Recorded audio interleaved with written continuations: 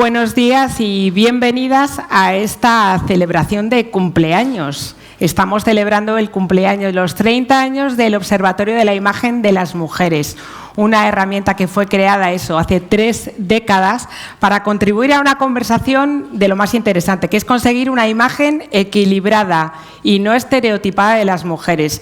Yo preparando este guión se me ocurrió acudir a una fuente de lo más solvente, que es la Real Academia Española, y ver qué define como imagen y qué define como estereotipo.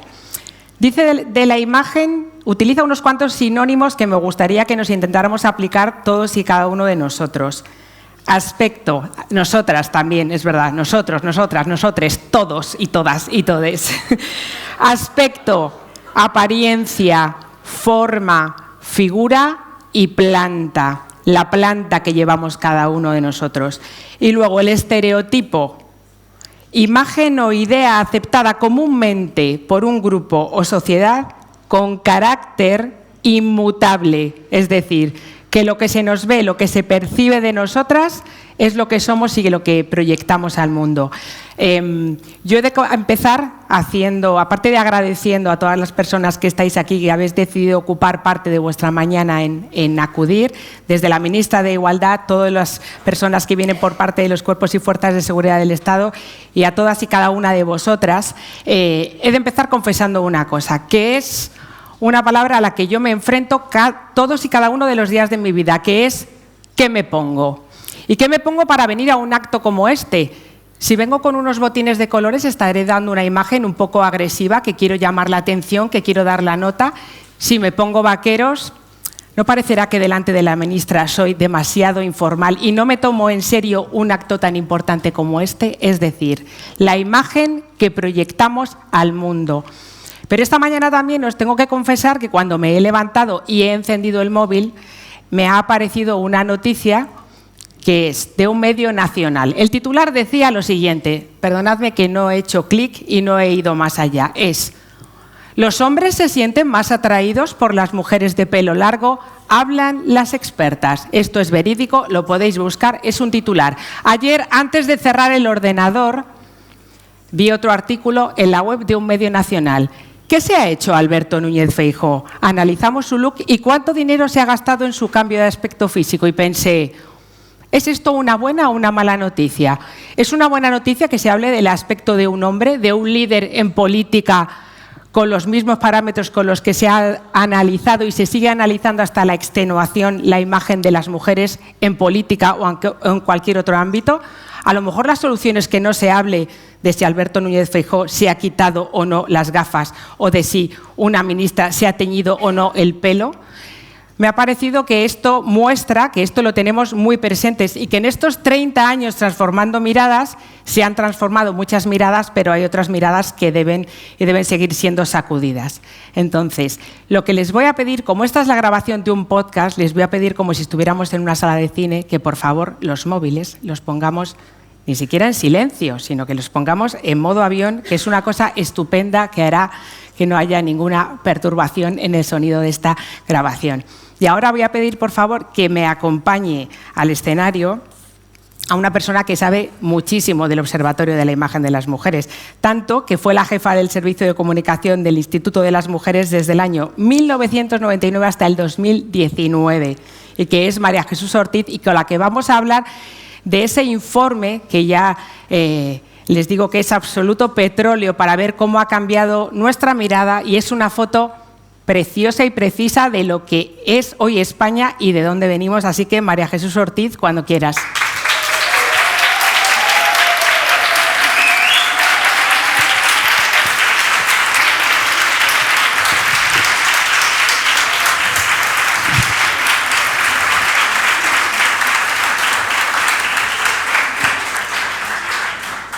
En este aplauso sé que hay mucho cariño por mucha gente, pero bueno, voy a empezar agradeciendo al Instituto y a mis compañeras, a Pepa, a Elena, a Paula, a Ángela, a Inés, a Araceli, a tantas que han pasado por el observatorio, pero en concreto por haber puesto la confianza en mí para realizar este informe, ¿no? Que espero que haya cubierto las expectativas, ¿no? Y dicho esto, pues no sé entonces si me tengo que dejar el pelo corto o largo. Yo ya he dicho que no he ido más allá de ese titular, pero ha sido un despertar un poco que me he dicho. Has hecho bien. Nada puede ser casualidad. Esto significa algo y significa la cantidad de trabajo que todavía tenemos por delante. Como decía, la verdad es que el texto, si tenéis oportunidad no de echarle un vistazo, sino yo creo que es un documento de consulta extraordinario para ver cómo a través de los distintos mensajes, los que lanzamos en medios de comunicación, los que lanzan en publicidad, todo tipo de contenidos culturales, hay una cantidad de información sutil y también de sesgo sutil que se hace y de una mirada no siempre positiva sobre la imagen que proyectamos las mujeres. Pero en esta valoración de 30 años, a mí sí me gustaría comenzar preguntándote, hay una parte muy importante y que se destaca mucho, no solo por parte del Observatorio y del Instituto, sino por parte del Ministerio de Igualdad, la importancia y la utilidad de las políticas públicas, cómo esas políticas públicas no son un texto que queda reflejado, puesto sobre un papel. Luego todo eso cómo se acaba trasladando y canalizando a nuestras vidas cotidianas. Y sí quería preguntarte, en ese documento aparecen muchas leyes que han sido importantes, pero ¿cuáles crees que son, en tu opinión, aquellas que han supuesto una mayor, no sé si sacudida o puñetazo, y que han hecho que sean algunos de los puntos de inflexión más importantes en esa transformación? Hombre, yo creo que las que han podido tener más incidencia es la Ley de Violencia de Género, vamos a llamarla así, que modifica la Ley de Publicidad, y automáticamente con esa modificación ya el propio sector de la publicidad empezó a mirarlo de otra manera, ¿no? Pero además no solo eso, sino que durante toda la tramitación de la Ley de Violencia, también de la Ley de Igualdad en esa época, los dos temas pasaron a la agenda política y a la agenda mediática con mucho peso, ¿no? Con lo cual ahí ya hubo socialmente también un debate, una polémica, y se puso el acento en este aspecto concreto de la representación pública de las mujeres y de lo que eso significaba, ¿no? Y luego señalaría también, hay un aspecto, que eso lo hemos detectado en el observatorio. Claro, esta ley, la Ley General de Publicidad, dice que es ilícito el uso del cuerpo sin relación con el producto, ¿no? Ahí matizamos, nos hemos encontrado a veces con obstáculos, porque lo de sin relación con el producto, siempre hemos dicho que la creatividad muchas veces está dirigida a buscar que es el uso del cuerpo de las mujeres se relacione con el producto. Esa parte de la creatividad, ¿no? Aquello del sexo vende, que le ha servido tanto para los medios como para la publicidad. Yo creo que yo, como mujer, como feminista, no tengo nada contra que vendan el sexo. Lo que sí lo tengo es contra qué forma tienen de vender el sexo y cómo nos coloca a nosotras eso, ¿no? Y de otra que citaría es la Ley General de Comunicación Audiovisual, que en la modificación de 2010, no me acuerdo ahora la fecha, pero ya incluye como principios básicos la igualdad y el respeto a la imagen de las mujeres, ¿no? Y eleva a falta grave el fomentar la desigualdad y fomentar la violencia. Las leyes son mecanismos que evidentemente son la base, esos indican el camino, ahí están. Pero luego, por ejemplo, ¿cómo aplicas? Es decir, ¿a qué le llamamos fomentar la desigualdad? Porque la desigualdad se fomenta con un contenido y con otro, y con otro, y con otro, y con otro. Y a lo mejor una pieza en sí, yo siempre ponía como ejemplo, hace 15, 20 años, pues salían las madres en los anuncios dando la merienda a sus hijos. Hombre, vejatorio no es. Todas las madres hemos dado. Pero claro, si tú a lo largo de la semana ves uno y otro y otro y otro que te está contando lo mismo, pues ese es el efecto que hace que la representación de las mujeres se vea condicionada por el estereotipo. Entonces, ¿fomenta la desigualdad que salga una madre dando la merienda a sus hijos? Hombre, no. ¿Fomenta la desigualdad que todos los anuncios representen hacia las mujeres? Entonces, la aplicación de las leyes ahí, ¿qué hacemos, no? Porque es el efecto acumulativo el que naturaliza tanto el uso del estereotipo, ¿no?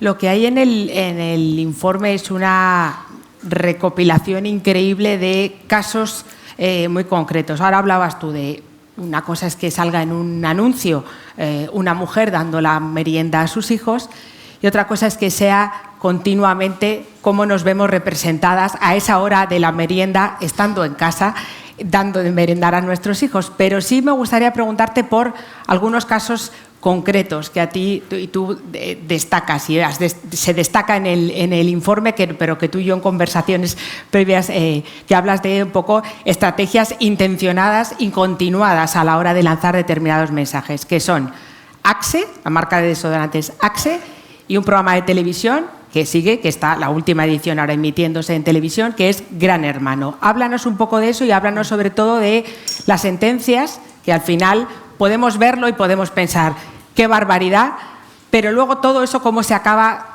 trasladando y tiene las consecuencias con una sentencia. Yo creo que esos dos casos, o sea, normalmente la experiencia que nos daba el observatorio es que yo creo que en un porcentaje mayoritario nadie hacía un anuncio ni hacía un programa con la intención ni de discriminar ni de representar de manera vejatoria a las mujeres. Es que como es algo que tenemos interiorizado, los estereotipos lo tenemos asumidos todos y todas, la mayoría de las veces había sorpresa o no lo hemos pensado, no tal, ¿no? Pero esos dos casos representan una estrategia, es decir, una estrategia prolongada en el tiempo además, ¿no?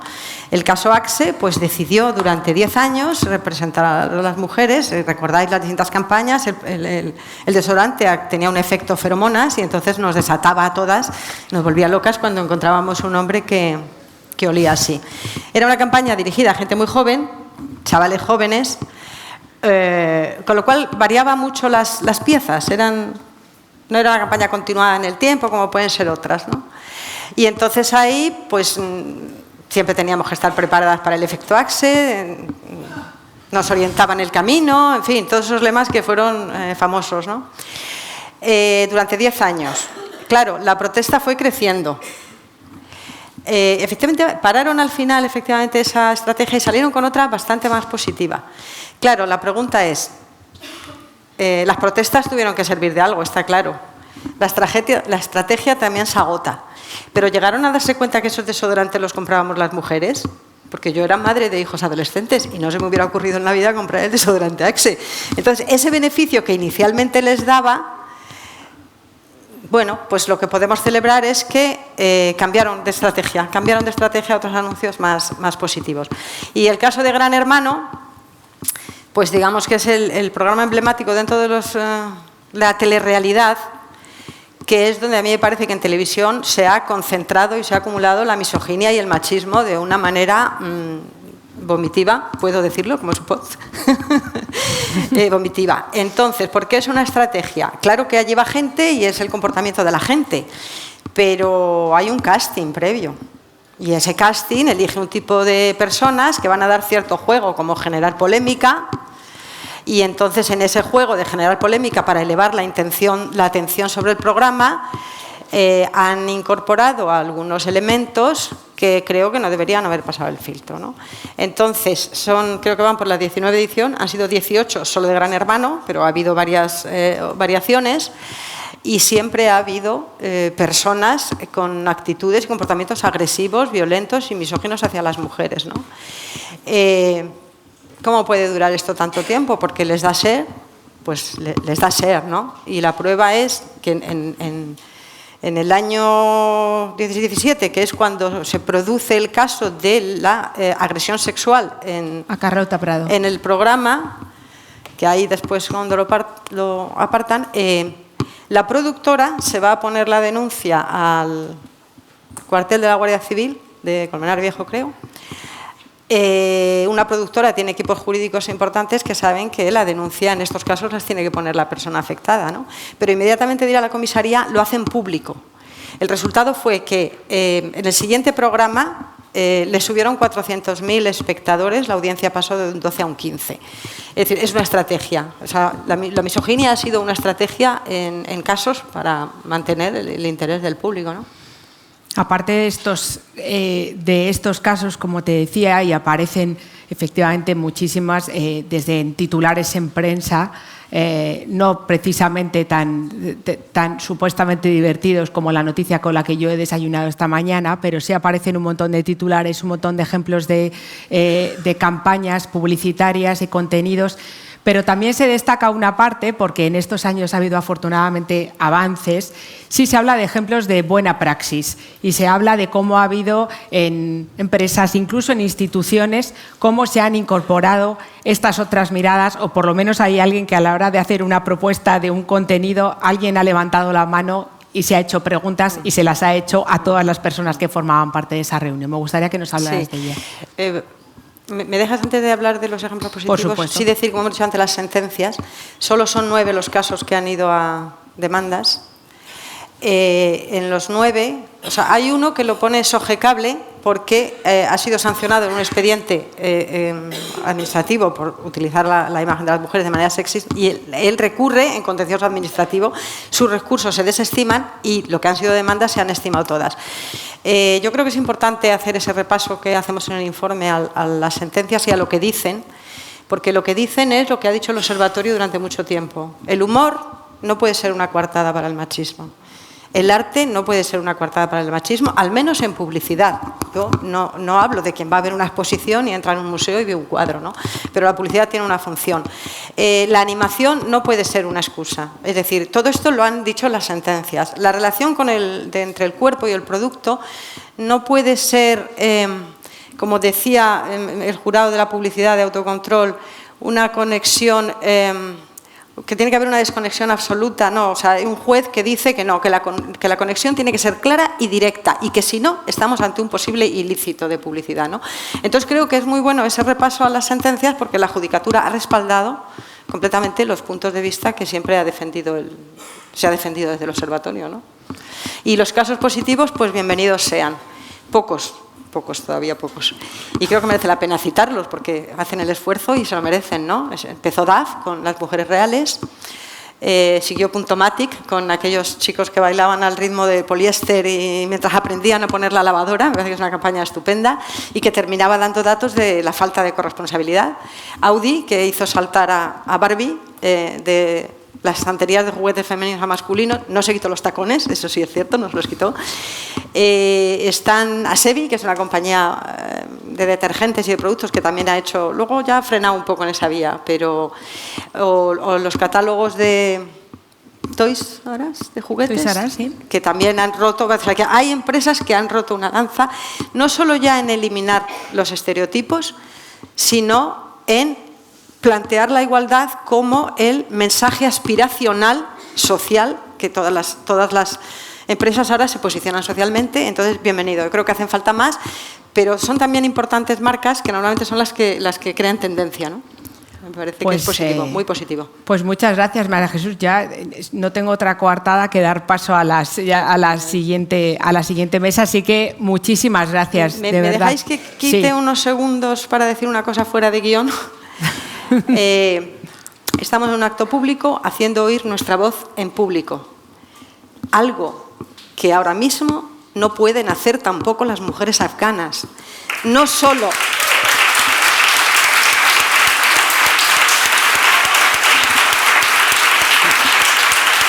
Bueno, creo que no solo tienen que vivir encerradas en cárceles de tela, sino que ahora tienen que vivir amordazadas. Así que creo que es una exigencia que cada vez que tengamos oportunidad de decir algo en público, recordemos esta situación. Por ellas, porque no pueden. Gracias.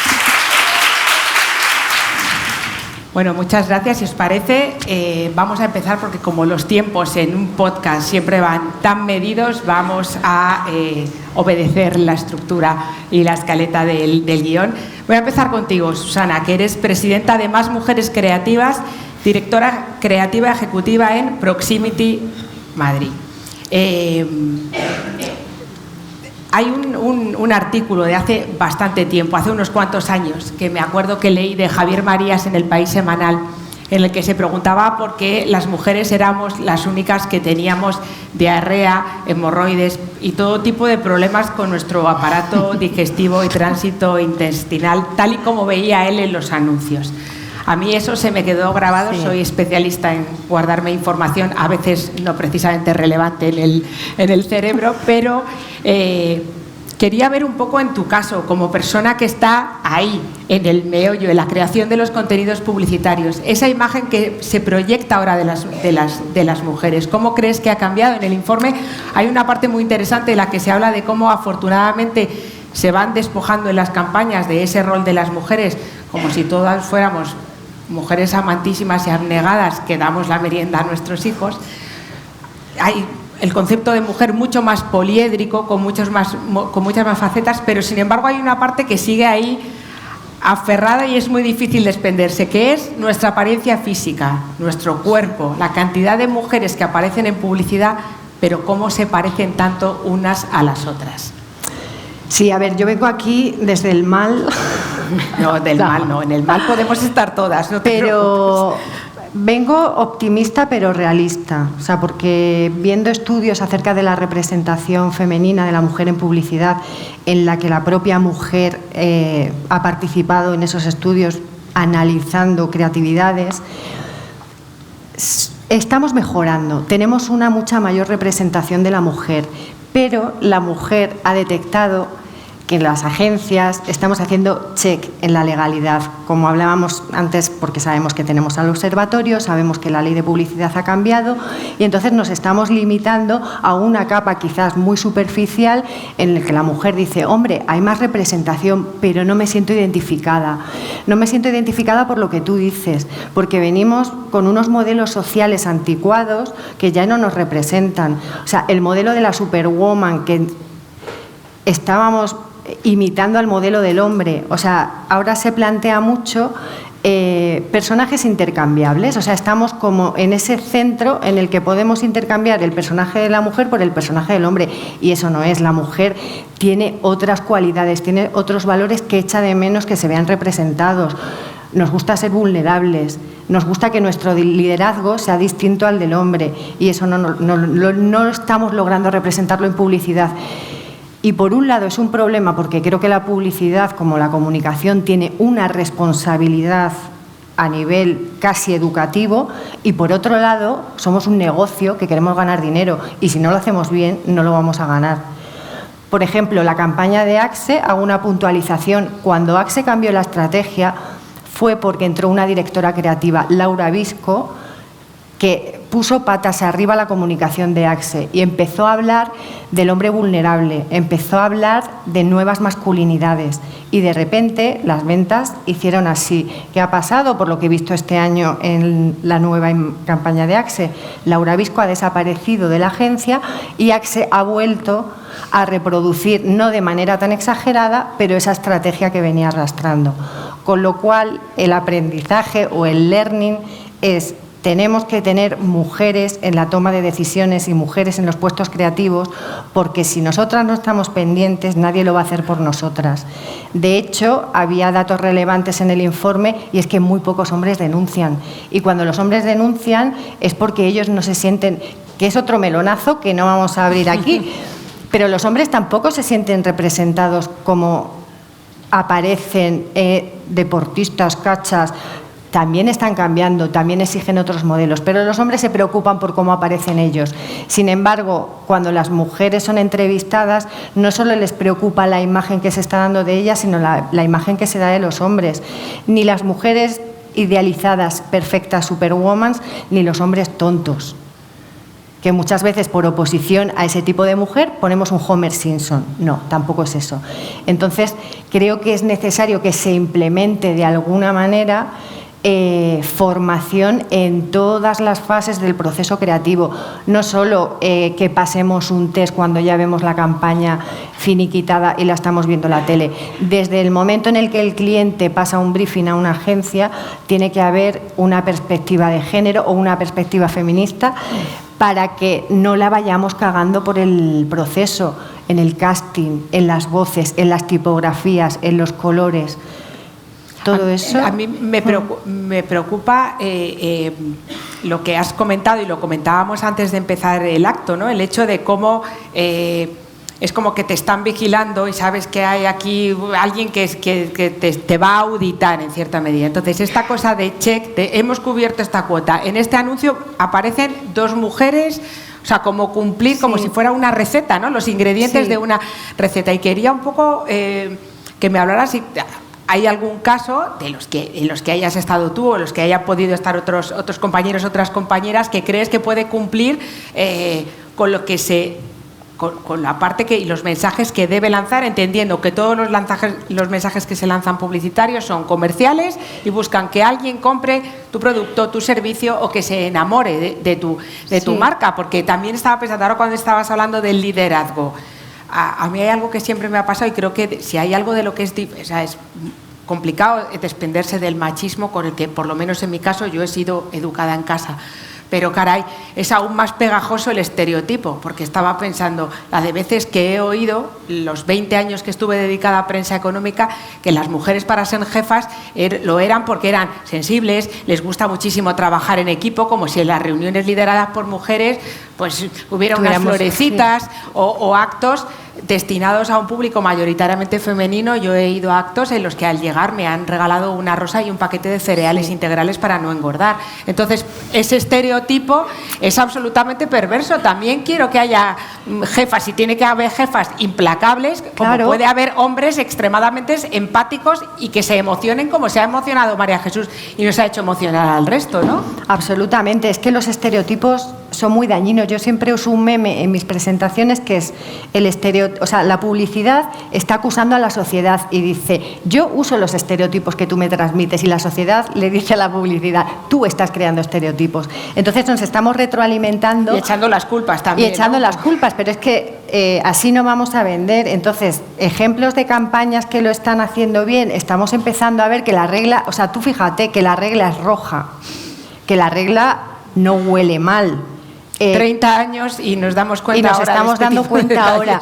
De repente, hace unos años yo participé en una campaña para Gillette hablando de nuevos modelos de masculinidad con Paco León, desmontando que los hombres no tienen ningún problema con ser vulnerables o con cogerse una baja paternal. Tampoco podemos idealizar que un hombre se coja una baja paternal.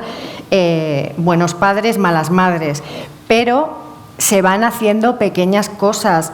El edadismo es que es otro movidón. Ahora Burger King ha sacado una campaña con gente muy senior comiéndose unas hamburguesas. ¿Qué pasa? Que la gente senior no tiene derecho a disfrutar de una hamburguesa, cuando a nivel publicitario para mí es un target súper interesante, porque los hijos están fuera de casa, tienen poder adquisitivo y viven la vida como nadie. ¿Por qué no nos dirigimos a ellos y les tratamos como ellos quieren ser tratados? El sexo en la tercera edad, o sea, hay como muchísimos melones por abrir, pero creo que estamos viendo transformaciones bastante positivas. Vamos a seguir abriendo melones, y como nos pongamos a hablar de los melones del periodismo, no nos vamos hoy de aquí en ningún momento.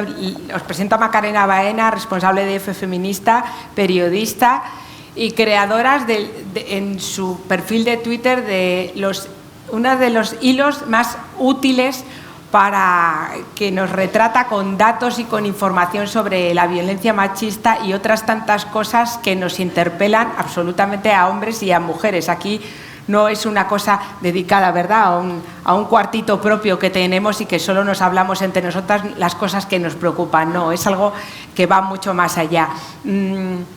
Quiero hablar de cómo lo hacemos y de cómo lo detectas tú como ojeadora.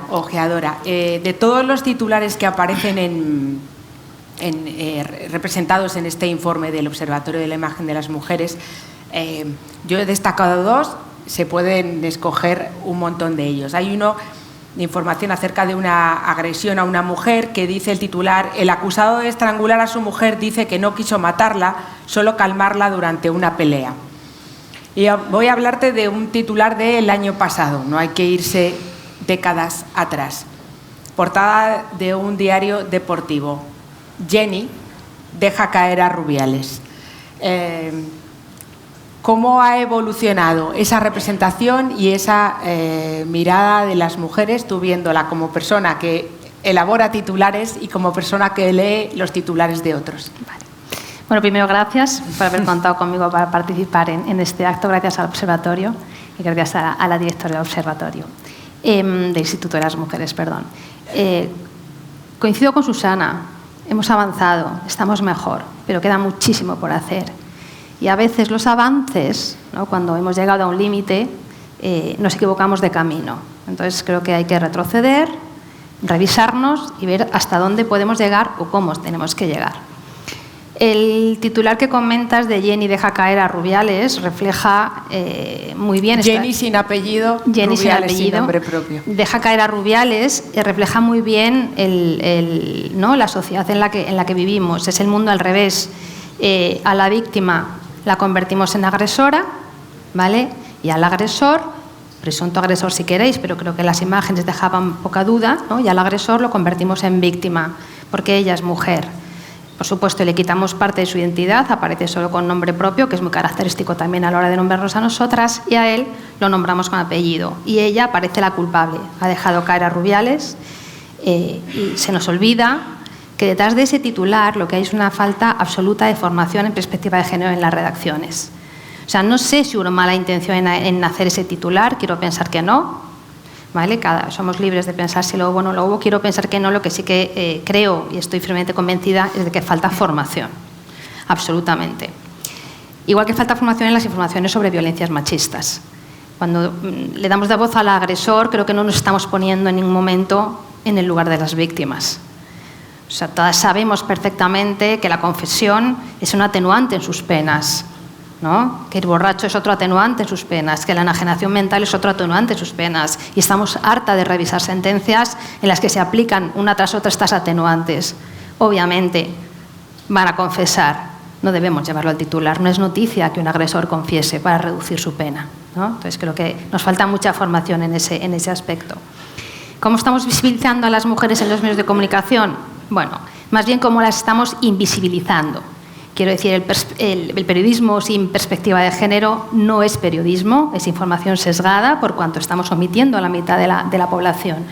Ya sea como fuente informante, el último estudio dice que solamente el 30% de las fuentes que utilizamos los medios de comunicación son mujeres, y luego hay que ver cómo las utilizamos, cómo aparecen esas mujeres en los medios, suelen ser como víctimas de mujeres migrantes, las Kellys, víctimas de violencia machista, mujeres racializadas, mujeres con discapacidad, y solo hacemos alusión a ellas ya no solamente como víctimas, sino por esa condición, ¿no? Ya como es migrante me va a contar qué problemas tienen las mujeres migrantes, como es una mujer con discapacidad me va a contar a qué problemas se enfrentan las mujeres con discapacidad, y se nos obliga a visibilizar las capacidades de esas mujeres. No puede haber una mujer con discapacidad que sea ingeniera y buenísima en lo suyo. Las periodistas compañeras latinoamericanas que han tenido que exilarse de sus países nos decían hace poco en Feminista: nos llamáis solo para preguntarnos a qué dificultades nos hemos enfrentado, que son las que han hecho que salgamos de nuestros países. Pero se os olvida que somos grandes expertas en violencia sexual, grandes expertas en narcotráfico, grandes expertas en corrupción, y que por eso hemos salido de nuestros países. ¿Por qué no nos sentáis en una mesa a hablar de lo que realmente sabemos y no de nuestras experiencias más vulnerables como mujeres, ¿no? Entonces creo que ese es un cambio que nos tenemos que plantear las y los periodistas, ¿no? Porque a las mujeres migrantes o las llamamos cuando llega el día de la mujer migrante, contra la xenofobia. ¿Por qué no llamamos a esas personas por sus capacidades y por sus valías y las integramos en los paneles, ¿no?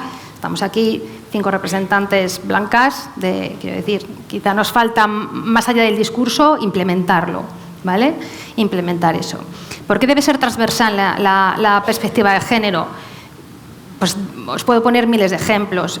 Informaciones sobre Casa Real, ¿no? Hemos decidido, escudriñamos a la reina hasta puntos insospechados, las dolencias de los pies, los músculos, las canas, la manera de vestir. Pero se nos olvida que la moda de hombres, todas sabemos que ha evolucionado. Las chaquetas son más largas, más cortas, el corto de la manga, ¿no? La pajarita es más estrecha. ¿Por qué hemos decidido que la reina es embajadora de la moda española? El rey no puede ser embajador de la moda española masculina. Es frívolo hablar de moda cuando hablamos del rey, pero no es frívolo hablar de moda cuando hablamos de la reina. No tiene un trabajo la reina, como representante de España fuera, sí lo tiene él. ¿Qué estamos haciendo en los medios de comunicación? Montamos tertulias sobre cómo viste la reina, si se ha teñido y si no se ha teñido. Entonces creo que tenemos que plantearnos un poco cómo abordamos esas informaciones. A veces ese dato, disculpa, está en forma de imágenes, de titulares, de las palabras que utilizan, pero si no me equivoco, a ti te llamó la atención uno de los últimos datos de la EPA, ¿no? O sea, quiero decir, es un dato que puede parecer, bueno, a ver, frío, detrás de todos los datos, de todas las cosas, hay caras, hay cuerpos y hay personas, pero si no me equivoco... O sea, detrás de todos los datos hay una desigualdad. Pero que detrás de... Sí. Uno puede ver el paro, o sea, cuando sale la alerta en nuestros móviles o en los medios de comunicación, ha subido o ha bajado en este trimestre o en este año... Pero claro, también a la hora de plantearlo puede que haya una noticia que en algunos medios nos encarguemos o se encarguen de ponerla muy abajo. Yo creo que la perspectiva o la formación en perspectiva de género nos debería llevar a analizar ese tipo de datos. Fue el tercer trimestre del 2022, si no me equivoco, la EPA... Las cifras no recuerdo muy bien, creo que el paro había subido en 60.800 personas y así se da el titular, ¿no? El paro sube en 60.800 personas, pero cuando entras a la estadística te das cuenta de que el paro de los hombres ha bajado en 18.000 personas y el de las mujeres ha aumentado en 79.000 personas. Nos encontramos con un trimestre en el que todo el paro fue femenino, en que solo el paro de las mujeres subió y solamente hubo una periodista con perspectiva de género, Violeta Molina, que dio un titular correcto y era que el paro en España tenía rostro de mujer. Si realmente queremos llegar al problema del mercado de trabajo español, que son el paro femenino y el paro juvenil, al margen de otros problemas, esos son dos muy serios, necesitamos que los periodistas tengan la suficiente perspectiva de género como para visibilizar cuál es el problema que tiene nuestro mercado laboral. No es lo mismo que sean personas que sean mujeres, no es lo mismo, porque no es lo mismo nuestras dificultades para llegar al acceso al mercado laboral que el suyo. Pero si nos vamos a tribunales pasa lo mismo. Has puesto el ejemplo de Jenny, pero hay miles, ¿no? Como ponemos siempre, nosotras como visibilizamos siempre a las mujeres como presunta víctima. No existen las presuntas víctimas, existen las víctimas, igual que las refugiadas. Es una condición y en el proceso judicial se te retira o no se te retira, pero tú nunca eres una presunta víctima. No hay un presunto delito, se presume la inocencia, no hay una presunta violación, hay una violación. Y al violador, será condenado o será absuelto.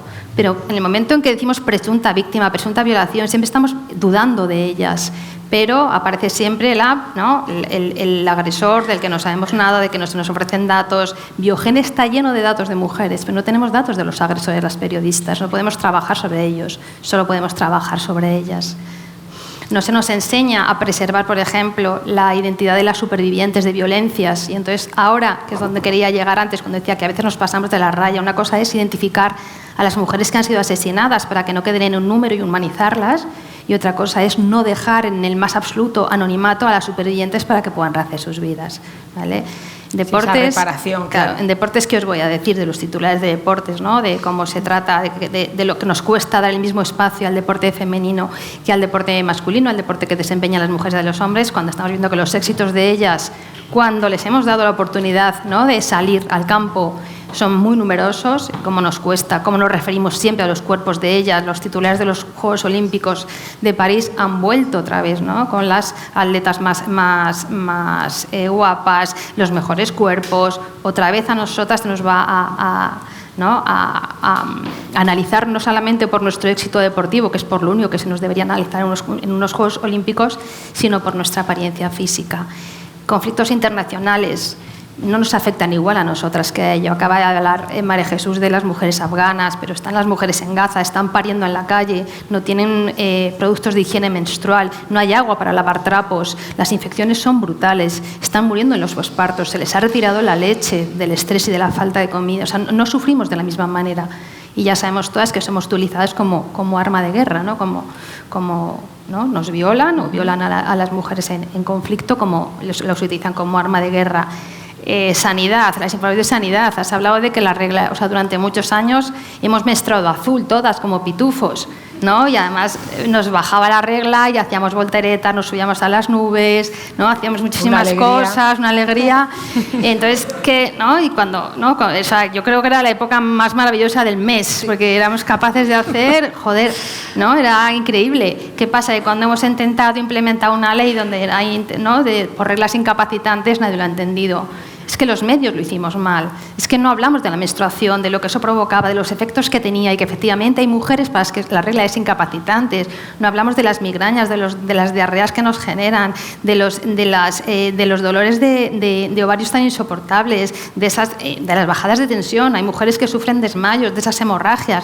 No porque era feo, es sucio. No es sucio, la mitad de la población menstrua, la mitad de la población va a transitar por una etapa que se llama menopausia, hablemos de la menopausia, pero cuando son cosas que nos afectan a nosotras, no es tanto cómo las visibilizamos, sino cómo no las visibilizamos en los medios. ¿Sabes? ¿No? Cuando se convirtió en noticia o se abrió el debate de esas reglas incapacitantes, un periodista muy conocido de este país me dijo, yo, claro, no entendía nada de esto hasta que mi hermana me dijo, imbécil, ¿por qué te crees que yo no iba al colegio una vez al mes? Porque me desmayaba. O sea que esta es una prueba evidente de que a veces teniendo hermanas, madres en los hogares, hay veces que como es azul, igual es y por último, una cosa, cambiar las narrativas, es decir, incluso las narrativas institucionales, ¿vale? Resulta que España es un país seguro, y yo pregunto, ¿para quién es un país seguro? Es un país seguro en un país donde hay una violación cada 2 horas, 2 agresiones sexuales a la hora, donde nos decís dónde están los puntos violeta, los protocolos para las fiestas, las tapas para esto, que miremos siempre atrás, que cerremos la puerta del portal. ¿Para quién es un país seguro España? ¿No? O sea, cuando vemos el informe de criminalidad trimestral del Ministerio del Interior, es ¿para quién es seguro España? Para nosotras no. Cuando las mujeres vamos a casa, no digo con miedo, porque muchas de nosotras lo hemos asumido desde pequeñas, no vamos con miedo, no somos miedosas, pero sí vamos en alerta, ¿no? Dices, cuando la mitad de la población vuelve en alerta a su casa, no es un país seguro. Entonces vamos a también romper esas narrativas institucionales que nos llegan desde arriba y vamos a contextualizar. No, España no es un país seguro para nosotras.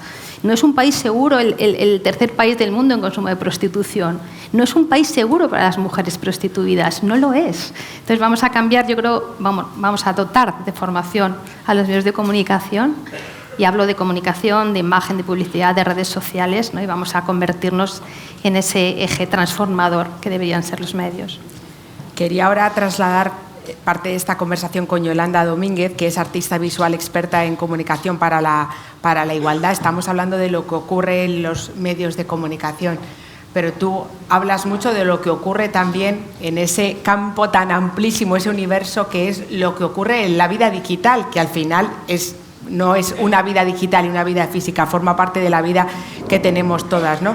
Tú hablas mucho de esa autorrepresentación de las mujeres, ¿no? De cómo no solo se nos percibe, sino de la imagen también que nosotros queremos transmitir. Y hablas de los likes y la endorfina que eso genera. Aquí ya hablamos hasta de química, ¿no? O sea, y entonces me gustaría eso. Si crees, antes nos comentaba María Jesús, nos ponía algunos ejemplos concretos, pero si crees que esas empresas las empresas han tomado nota de esa responsabilidad que tienen y de a lo que pueden estar, ¿qué gasolina están dando a qué fuego? Pues yo creo que las empresas sí han tomado nota, nos han oído, no necesariamente nos han escuchado, porque como ha comentado Susana, parece que la mayoría de estos cambios son un poco de maquillaje. Vamos a poner la diversidad, lo han entendido, y bueno, que tiene que haber muchos perfiles, pero la diversidad sin un cambio de rol, sin un cambio de relato, pues no necesariamente es igualdad. Así que hay que ir un poco más allá y que esas diversidades de perfiles vayan acompañadas también de un cambio en el rol. Si antes era una mujer blanca la que estaba estereotipada y ahora es una mujer negra o es una mujer asiática o africana la que está estereotipada, no necesariamente podemos estar hablando de mayor igualdad. Entonces, sí, están haciendo pequeños cambios, pero hace falta más formación, más conocimiento, que a veces no se suple con una conferencia puntual el día 8 de marzo o el 25 de noviembre, sino bueno, una formación más profunda.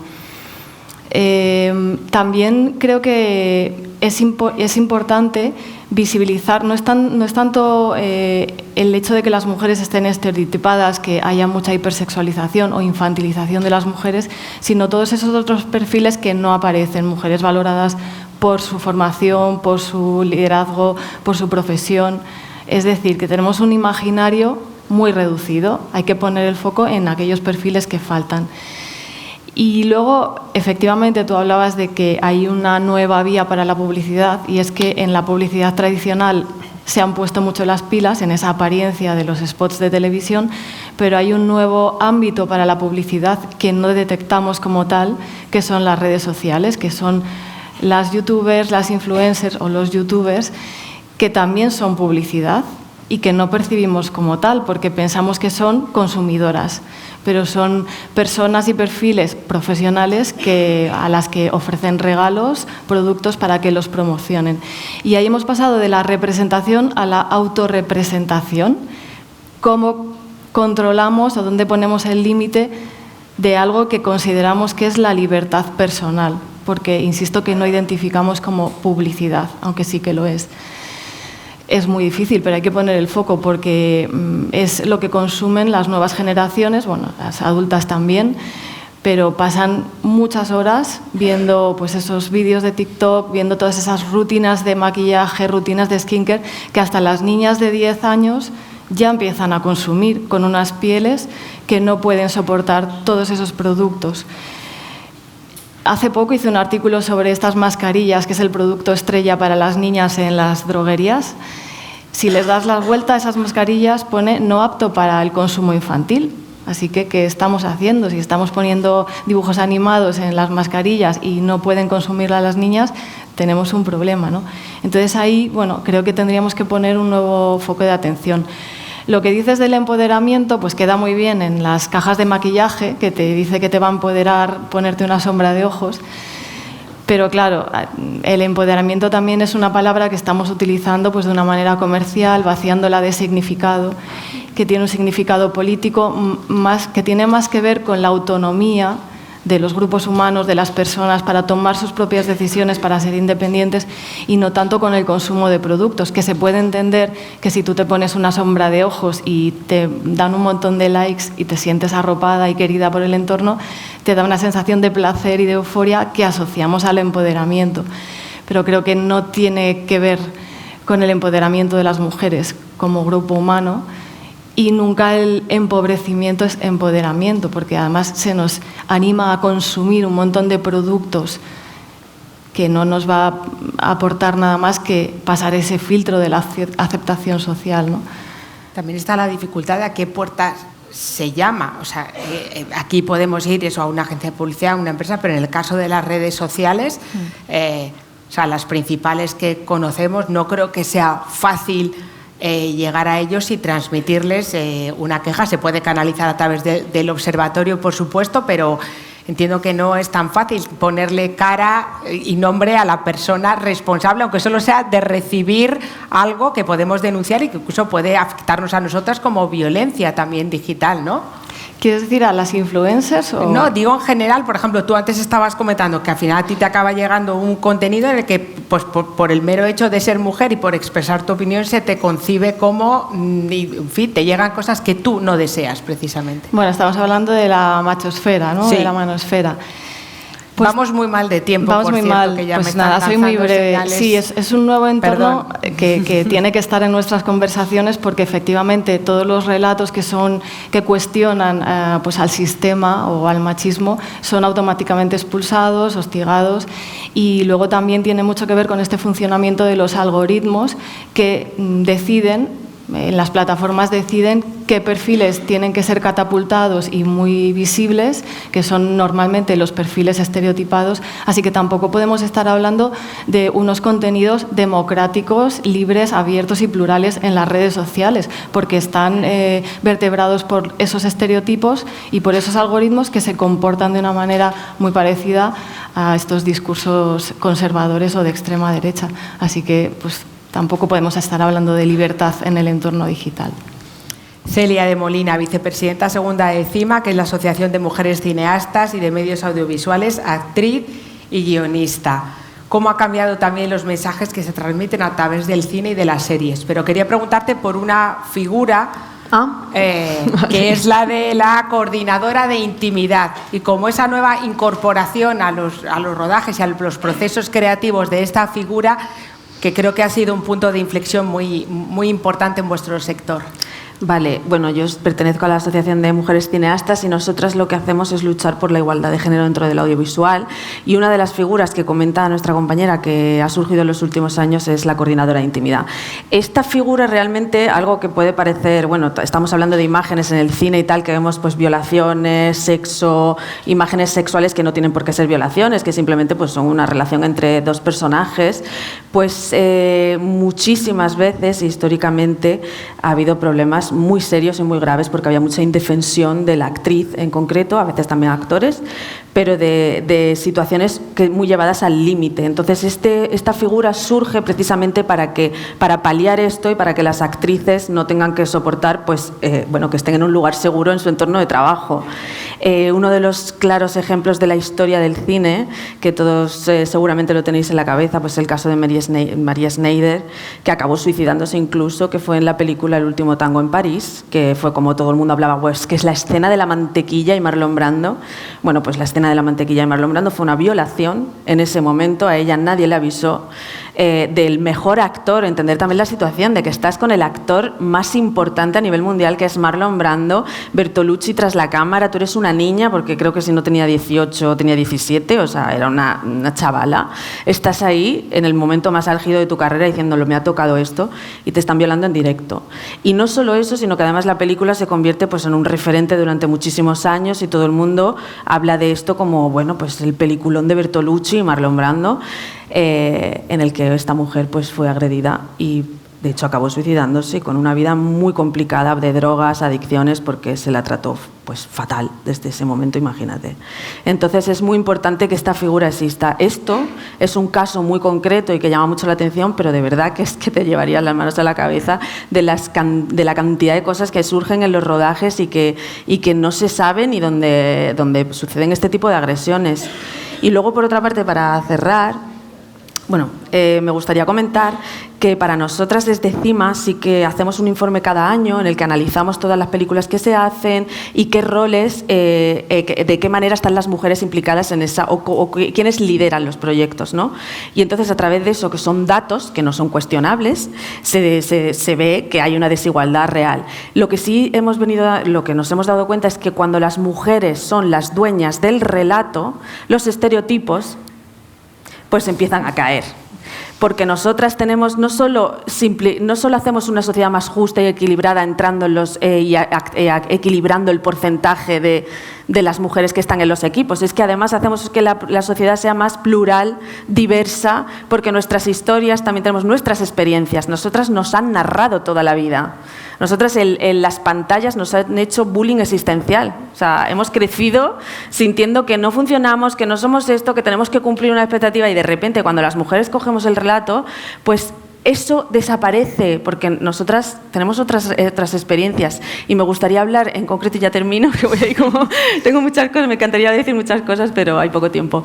Que, por ejemplo, hay un talento español que ha sido muy importante, que es Alauda Ruiz de Azúa, que en los últimos años ha hecho una película sobre la maternidad, que no tiene nada que ver con la madre abnegada, con todo esto que siempre hemos escuchado, que tal, y de repente es una mujer con su posparto viviendo como puede, que fue 5 lobitos, y ahora se acaba de estrenar en Movistar, y estoy haciendo aquí un súper anuncio, la serie Querer, en la que ella plantea que una violación y una agresión sexual puede suceder dentro del ámbito de la pareja, de forma continuada. O sea que, quiero decir, tenemos muchas cosas que contar. Y por último también, La sustancia de Coralie Fergot, que es impresionante y que habla precisamente de todo esto, de cómo las mujeres hemos vivido y vivimos en una sociedad donde la imagen que nos refleja es bueno, pues tenemos que cambiar, tenemos que hacer todo lo posible para encajar en un mundo que nos hace bullying, y aconsejaría también que la viéramos, y curiosamente la dirige una mujer.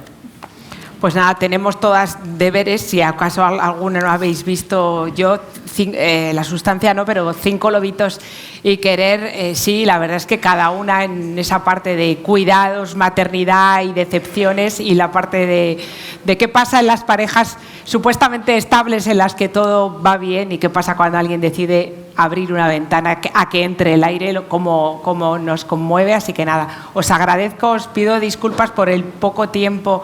Y nada, gracias. Y ahora voy a pedir que suban al escenario, por favor, la ministra de Igualdad, Ana Redondo, y la la directora del Instituto de las Mujeres, Cristina Hernández. Bueno, muchas gracias. A las dos voy a empezar por la ministra de Igualdad, por Ana Redondo.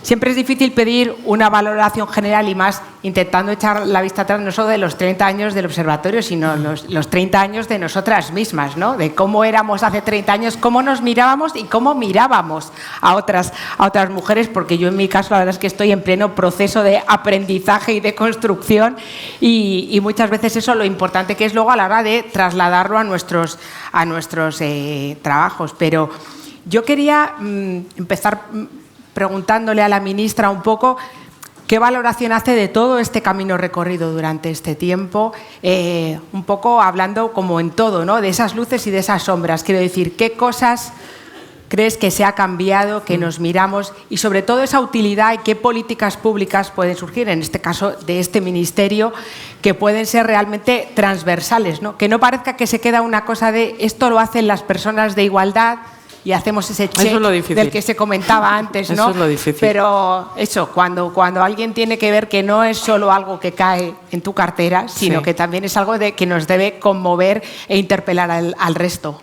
Hombre, yo sí que creo que hemos avanzado y prueba de ello es lo que acabamos de escuchar aquí. 5 lobitos, es un cambio de perspectiva sobre la maternidad. Querer, que es una excelente serie, es un cambio de perspectiva completamente novedoso sobre las relaciones personales y cómo una mujer en un momento determinado dice basta a una violación sistemática por un hombre misógino y patriarcal. Nevenka es otra gran película que nos permite mirar con perspectiva de 20 años. Itziar ha hecho una excelente peli que lo que nos viene a demostrar es los avances y lo que nos queda. Y simplemente, no voy a haceros spoiler porque hay que ver esa película. Lo que nos cuenta Itziar es cómo era la España de hace 20 años, una España donde las mujeres que querían dar el salto a la vida pública, a la vida profesional, estaban atrapadas en un relato hipermasculinizado y con un machismo y un sesgo patriarcal que las impedía avanzar si no era con la aquiescencia, el beneplácito y una familia que además apoyaba todo esto. Y hoy, y este es el dato negativo, pero arrancaría la respuesta, en Ponferrada no se ha podido grabar escenas de la película. Quiero decir, evidentemente hemos avanzado mucho, lo hemos hecho a través de las asociaciones, el asociacionismo feminista, los movimientos feministas han sido claves. Eso nos ha dado el impulso, es realmente lo que ha propiciado una transformación social que después ha sido recogida por gobiernos progresistas, siempre gobiernos socialistas, que son los que han avanzado en la legislación. Antes lo comentabais, el BOE es nuestra herramienta y, por lo tanto, leyes como la Ley de Igualdad de Trato, la Ley de Paridad, que acabamos de aprobar, la Ley de Integral contra la Violencia de Género, de la que hacemos ahora 20 años. La legislación es clave para avanzar y esas políticas públicas nos permiten pues dar pasos adelante.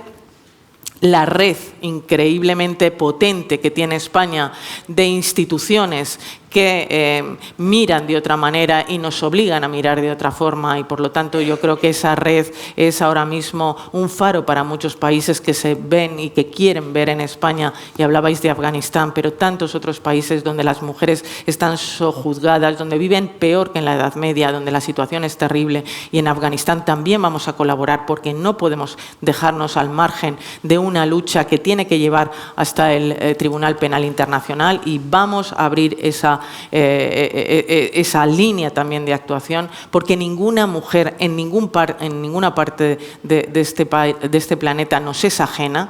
Somos conscientes de que somos una, y en ese sentido creo que sí que se ha avanzado, como digo, en legislación, en red de instituciones que luchan, en red de asociacionismo feminista, en recursos económicos muy importantes, porque si no tampoco es posible. Pero el problema del machismo y de la estructura patriarcal es que cambia rápidamente. Tienen esa capacidad de transformarse y de buscar nuevos instrumentos y nuevos vehículos en los que seguir manejando los hilos. Y ahora lo veíamos, la publicidad ya no es la que entraba en nuestras casas hace 20, 30 años, donde todos veíamos lo mismo, donde la familia se sentaba frente al televisor. Ahora cada persona consume lo que le acercan, porque muchas veces ni siquiera lo elige, porque el algoritmo nos retroalimenta. Y ahí estamos en una soledad muy perversa, reconociendo que el sistema está más potente y más fuerte que nunca, ese sistema machista que nos devuelve una imagen distorsionada, absolutamente estereotipada de las mujeres. Y ya el colmo de este proceso que estamos viviendo y que nuestras hijas están sufriendo y nuestras nietas es la pornografía en Internet, la pornografía que deshumaniza a las mujeres, nos utiliza, nos genera, yo creo que una distorsión en lo físico, en lo personal, en lo humano. Y es realmente perjudicial porque los datos nos dicen que la chavalería, los niños y niñas a partir de 11 años son consumidores asiduos de una pornografía que entienden como una relación sexual ordinaria, como lo normal.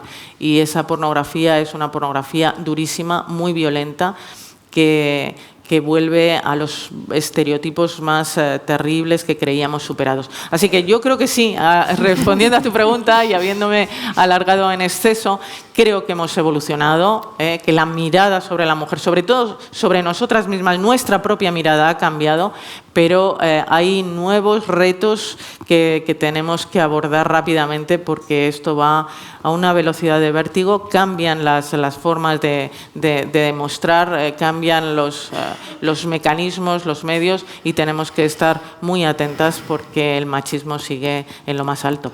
Como dices ahora y como decía antes Macarena, es que es agotador tener que estar permanentemente en estado de alerta, ¿no? En estado de alerta y vigilantes, porque la pornografía puede tener consecuencias tales más allá de la perversión de las relaciones entre pares. Los últimos datos también por parte del Ministerio de Sanidad del Gobierno de España es que se ha alcanzado el pico más alto de infecciones de transmisión sexual y una de las causas que se consideran que puede estar detrás es el hecho de que también esa educación sexual recibida a través de los teléfonos móviles, como eso no existen las medidas de protección en la pornografía, lógicamente, y como eso también en las edades tan pequeñas de iniciación a esa pornografía puede tener esas consecuencias. Y las agresiones grupales. Claro, total. ¿Cómo se perciben las relaciones sexuales? Hasta hace 2 años que se han empezado a disparar y tienen muchísimo que ver con cómo la juventud, los más jóvenes, interpretan el sexo, cómo reciben esa educación afectivo-sexual que es absolutamente sexual y nada afectiva, y cómo también como sociedad yo creo que perdimos una oportunidad histórica con la educación para la ciudadanía y la incorporación de la educación afectivo-sexual acomodada a todos los tramos de edad y de evolución de los más jóvenes, y eso lo tenemos que revisar porque ahora mismo estamos viendo los problemas que eso está generando. Pudimos hacerlo, perdimos 20 años, ahora tenemos que hacerlo. Estaba acordándome ayer que yo creo que la primera vez que te vi fue el día en que hubo el intercambio de carteras en el ministerio. Permíteme esta pregunta. ¿Has hecho alguna vez el cálculo de en cuántos artículos se ha destacado tu gusto por los pendientes de plumas? Creo que esta pregunta también te la hizo en su momento mi compañera Ana Requena del diario. ¿En cuántos artículos se ha reducido a la ministra de Igualdad a un complemento como es unos pendientes? ¿Y qué dice eso también de nosotros? ¿Y qué te dice a ti cuando te ves reflejada en un perfil que deberíamos escribir periodistas hablando de dónde vienes, cuál es tu formación, qué puestos has ocupado hasta ahora, y que en el currículum lo que se destaque como nota exótica es algo de tu aspecto físico o de algo que te gusta llevar, como nos puede gustar a otros, llevar tacones fucsias? Pues si te soy sincera, completamente sincera, al principio me daba tristeza, pero me importa ahora mismo nada, o sea, me importa cero, me da lo mismo. Yo, mis pendientes me los han regalado mis hijas, ahora me los regala medio mundo. Estoy feliz y contenta. Hoy no les llevo porque estos son de otra amiga que también quiero mucho, pero... Hacer de la necesidad virtud, sí, que hemos oído en más de una hacer de la ocasión. necesidad de virtud, y desde luego eso yo creo que es un demérito para el que lo comenta, no para mí ni para mis pendientes. Me da Hablaba porque igual. Hablamos de todo ese cambio y de esos 30 años de cambio de mirada, pero al final seguimos viendo cosas, ¿no? Y seguimos eso, desayunándonos con artículos en los que se hace referencia de qué le ha pasado eso, por qué la reina no lleva tacones con lo que a ella le gustan los tacones, por qué alguien ha adelgazado, por qué alguien ha cambiado, y no estamos fijándonos en lo que hace, en lo que dice y en lo que al final los que tenéis una representación pública y podéis, a través de esa herramienta tan potente como el BOE, hacer cosas. Cristina, te quería preguntar a ti ahora, con esta, como directora del Instituto de las Mujeres, ¿por qué nos cuesta tanto a las mujeres intentar convencer no solo a los hombres, sino a las personas que no tienen esta perspectiva feminista, que estas son cosas que no se quedan en un apartado o en un epígrafe, que una vez que uno hace check, pues ya están los deberes hechos, la tarea hecha y ya no hay que hacer nada más? Bueno, pues muchas gracias. Y antes de contestar a tu pregunta, sí que quiero hacer un comentario sobre lo que ha contado la ministra, porque no me parece baladí. Al final es me da igual los comentarios. Creo que es una estrategia de supervivencia individual y personal que las mujeres que están en el espacio público tienen que tomar. Pero sí que es importante, de manera colectiva, que es lo que ha hecho el feminismo siempre, ¿no? Pasar de las anécdotas a la categoría, de lo personal a lo político. Es político que a las mujeres en puestos de representatividad se sepa más que si usan pendientes de plumas o si es catedrática o profesora de Derecho Constitucional. Creo que eso es tremendamente injusto. Le ha pasado a la ministra Montero, le ha pasado a la ministra Viviana Aido y le ha pasado a todas las ministras de Igualdad que han pasado por ese edificio de la calle Alcalá. Y creo que es importante que lo tengamos en cuenta, porque si desde donde se transforma la política, y ahora voy a ir a tu respuesta, es con las políticas públicas, como es resultado este Observatorio de la Igualdad, necesitamos a mujeres en política.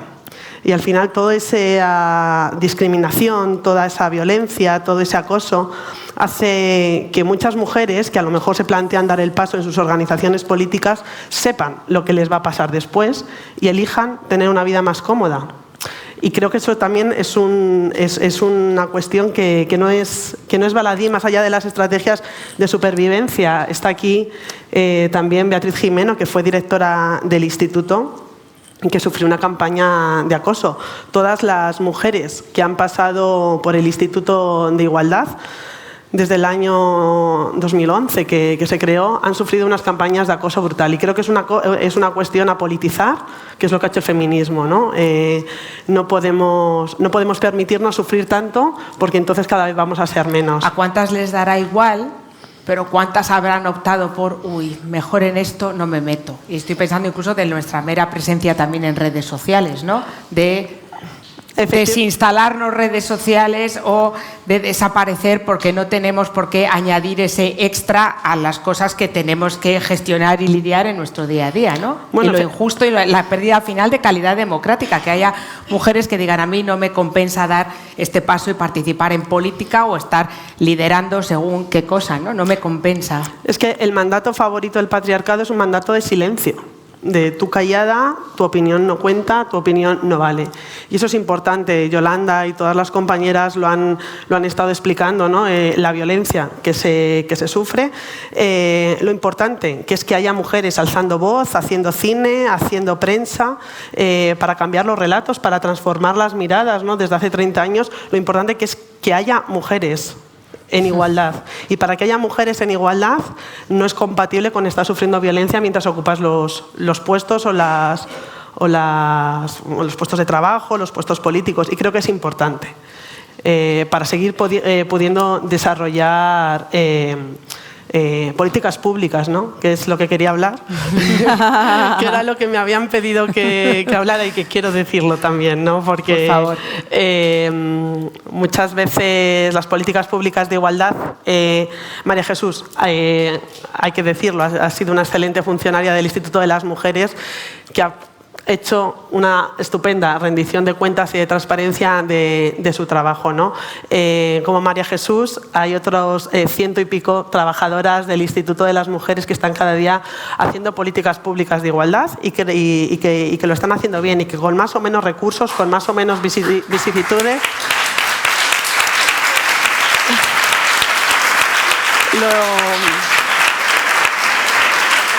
lo están haciendo. Mañana es nuestro cumpleaños, mañana el Instituto de las Mujeres cumple 41 años y bueno, creo que somos un puntal importante y de referencia en el mundo de las políticas públicas de igualdad. No he contestado a tu pregunta, ¿por qué es tan difícil transformar miradas? Pues porque se pierden privilegios.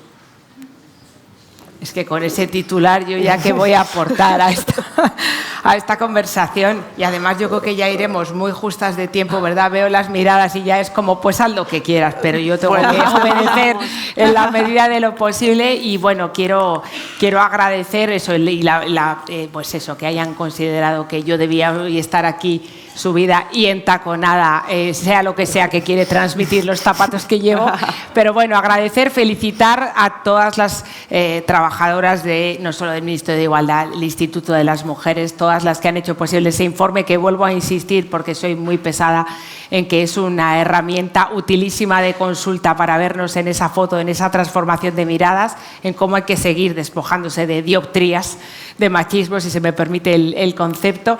Y nada, pues muchísimas gracias a la ministra, muchísimas gracias a la directora del Instituto de las Mujeres. Hoy celebramos 30 años, mañana hay otro cumpleaños, los 41 años del Instituto de las Mujeres, así que felicidades a todas y gracias.